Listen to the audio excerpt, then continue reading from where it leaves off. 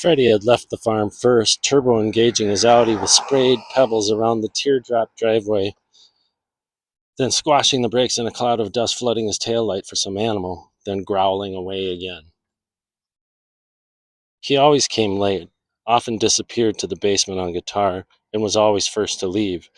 Freddy had not moved at age 17 with the folks to Six Hills like 14 and 12-year-old Tiger and Cece, and it showed in his ginger tug on the maple volute on the two-step landing going upstairs, his soft release to bound up the steps, his knuckles light on the oriental runner that was tucked in by stair rods and in to rap on Claire's doorframe. The youngers grabbed the wood banister with gusto. He was gestured inside the bedroom by Bríd. Freddy tucked in his chin, approached briskly, swooped down and hugged his stepmom, saying he was sorry and other nothings, while she scoffed softly in tears, laughing. "Oh, Freddy, you're good. Your dad loved you." She sniffed, tucking in and licking her upper lip, pulling her hair back after the hug. "They're gone now, Freddy," Bríd said, his sister laying alongside Claire over the covers, but a quilt yanked over them. "Everybody's downstairs. Who's gone?" "Mom and Dad are gone, Fifi, d'you think?" Oh, of course. Slight pause. Freddy shook and cleared his face like an etch-a-sketch. "Well, this is me, then." He shrugged, as if the room gave back no clues, no soundings, not the wall hanging of kittens playing on a scale, nor the painting of a Scottish hunter with his spore-end pouch propped over his kilt like a bear scrotum and his trusty dog surveying a meadow. "Love you, Fred," Claire said.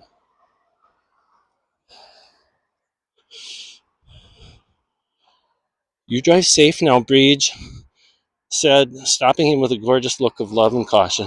Freddy thought Bridget's shining face under the bedside lamp, with wet eyelashes and pink cheeks, her eyes locked on his, never more reassuring and lovely. "I love you, my sister."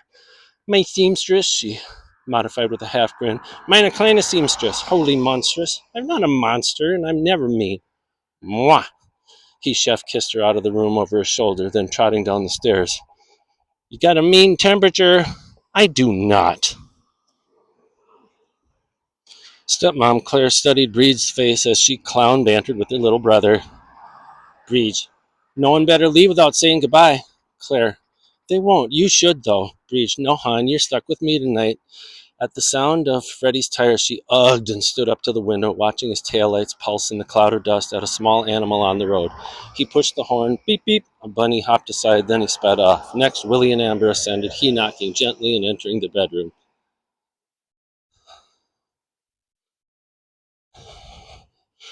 "This is nice how you fixed it. I don't think I've been up here since Mom died," Willie said. "We haven't changed it much." "Oh, I just realized I'm laying on the wrong side." Breach turned from Willie and Amber to her. "What's the wrong side?" "This is your dad's side." She began to cry. "I'm sorry." Willie said. "Aw, Claire, nah," Breach said. "It is wrong. He should be here. I'm in a spot, and he's not. He's downtown." At that, all four of them teared up. Shortly up came Bobby and Amy. 6'4" Bobby stepped on creaking boards into the bedroom sheepishly, then immediately bowed his head, hands crossed over his 250-pound frame. "You guys got me going all over again." Amy stepped forward, turned his shoulders back to hers, and pulled his face and chin to rest on her warm curls. He turned back into the room. "There's Dad with Governor Perpich, Psychiatrist of the Year," pointing at the black and white photo on the window table. "And Rowdy Roddy." Beside the governor photo was their very spirited horse, Rowdy Roddy, held by the bridle by the standing Cecilia outside the barn. "That goddamn horse," Willie said. The others chuckled. Lafferty's had kept 3 little ponies and the one spirited quarter-horse gelding, Rowdy Roddy Piper, named after the wrestler because Rowdy had spirit. He would buck, kick, and fart and only mind cease. To anyone else who mounted him, he would rear back and take off like a shot, gallop up to barbed wires and skid his hooves, or rub riders off on tree branches like biting flies. No one was badly hurt, but an ex-girlfriend of Bobby's dragged ingloriously off Rowdy under a tree branch and down on her butt, her legging torn and leg gashed right in front of a Lafferty picnic where everyone hardy hard until they saw the blood. She ended up in stitches. None of the older family knew animals or their care, about their illness and pains, that horses especially remember insults and take sneaky revenge on unsuspecting riders. Neither Willie, Bobby, or Bridget moved to Six Hills when the family uprooted from two ramshackle three-story homes next door to each other on Skid Rowish Franklin Avenue in South Minneapolis in 1976.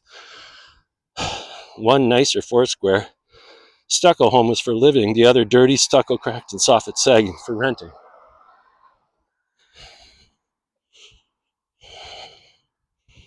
Freddy came along out to the farm for 2 weeks, long enough to help little brother Tiger on the farmhouse roof chisel out the kitchen chimney brick by brick, ting by ting, and toss them down, shouting, "Brick!"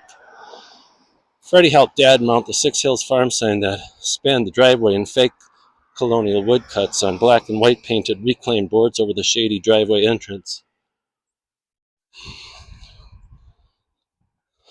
It was a peak era of urban flight after 1970, and Robert felt whipped by Hennepin County cutting contracts to his departments of welfare, mental health, and retardation, and of being yelled at, blockaded, and shut down by Black Power activists who stormed through the doors, walked behind, stood over them at board meetings with signs like,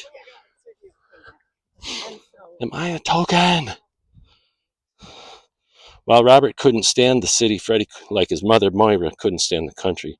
He made his first of many disappearing acts to squat in an Econoline van parked on the Mississippi's Nicollet Island, inside which he was tutored, learned the rudiments of theory, continued violin and piano, expanded his guitar prowess, and had a relationship with an older teacher no one in the family had known or met.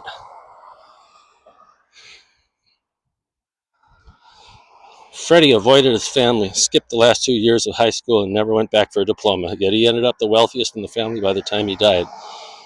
Willie said to Bríd, "Remember when Rowdy knocked you off a tree branch?" "Ugh, he was a terrorist. I was lucky," she said. Amy looked at Bobby and said, "What about your old girlfriend? Didn't she get it pretty bad?" Bobby raised his eyebrows and smiled, pained to be reminded of his ex. Amber looked at all three and Claire and said, "Elizabeth, yeah, we all saw it, right out in the front yard by the picnic table. Terrible. She got knocked clean off and had to get stitches on her leg. Poor thing."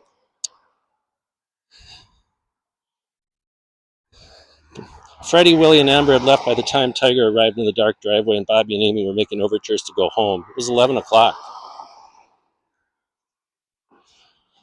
After hugging Cece down in the kitchen, he followed him upstairs. Then, helloing Claire and Bríd into the bedroom, he turned to Bobby. "Thanks for the tip," Amy said. "What?" At his confrontational tone. "I'm saying thanks to Bobby letting me drive from Dad's bed over the fucking universe to Willie and Amber's house and back out here." "Tiger," Bríd gasped. "I thought," Bobby said. "Now, you didn't think, Bobby. How can you swear coming into a room of mourning and Dad just died?" Bríd pleaded. "We all were just laughing, Tiger." Tiger. "Oh, laughing. But you're mourning." Amy. "No, just laughing at that picture of Rowdy Roddy Piper." Bríd. Such a great name for a horse. Unlike his older siblings, Tig knew the farm. He had fixed a ballcock in the ancient toilet upstairs. Sister Cece knew each squeaky step to avoid. She could dovetail the pot and pan handles under the stove to nothing, so nothing jammed the drawer. Cece cried over a squished kitten in the driveway after the family drove over it to church. Tig had disassembled the rusty surge system for milking cows in the basement of the barn.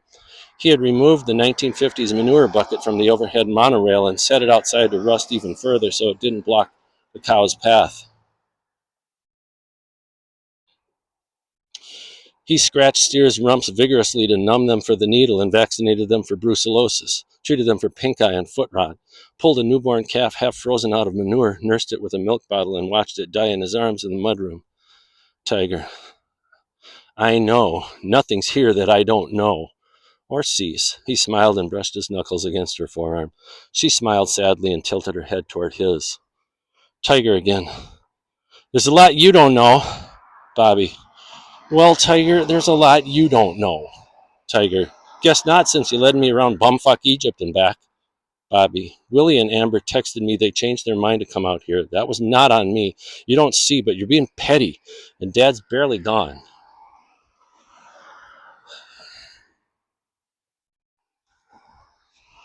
Tiger clenched and trembled, squeezed his half-full Coke can so the pop fizzed out over his fist, slammed it down on the wood floor, and stomped it, soda sizzling in every direction. Bobby grinned, satisfied at the reaction. Bríd. "Tiger, easy." Bobby. See, there he goes, all spastic. There are a lot of things he does not know. Says he knows everything. Tig kicked the crushed pop can across the floor at Bobby's feet. Then he stood straight back and trembling with black eyes for about 15 to 20 seconds. Breach. He's staring. Cease. Tig! Tiger! Then Tiger came to with a big shiver. Tiger. Jackanape. Everyone laughed except him. He bit his lower lip, pulled his sweaty shirt off his chest, wheeled and hustled downstairs. Cease behind him. Cease. Are you okay? That was funny. Jackanape.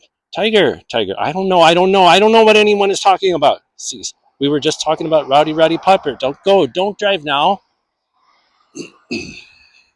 Tiger opened the front door, passed outside to the open porch where his father had just died, and turned back. Tiger.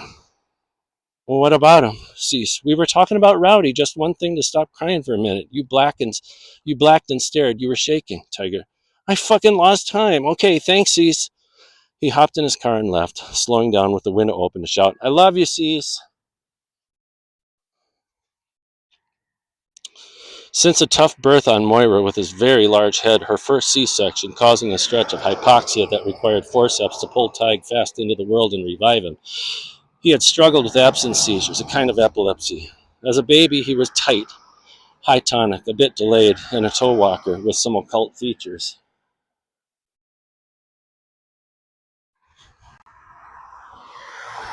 When Tig was small, if he focused on fine motor skills, filling a cup with water, setting a race car onto a sandbox track, he had formed in they had formed in the old tractor tire at home in Minneapolis. One hand negotiated the task while the other held a karate chop pose in midair. Moira would slap or grab the fingers and shake them to loosen him, then pat his stomach and tickle him, which he giggled at, and which she told him he was too hard. Relax, why is your tummy so stiff? Tiger, I don't know. Moira, gosh, let go. As Tig grew up, he self-soothed in bed and on his side with his fingertips touching as if a "Makevoy" Italian sign, or hands joined in prayer shape, knees up close, one knee and foot spooning to warm the other's kneecap and toes, then reversed in a thumping of bones. Sometimes he would make fists clench his throat and vibrate, then release in a flop of calm.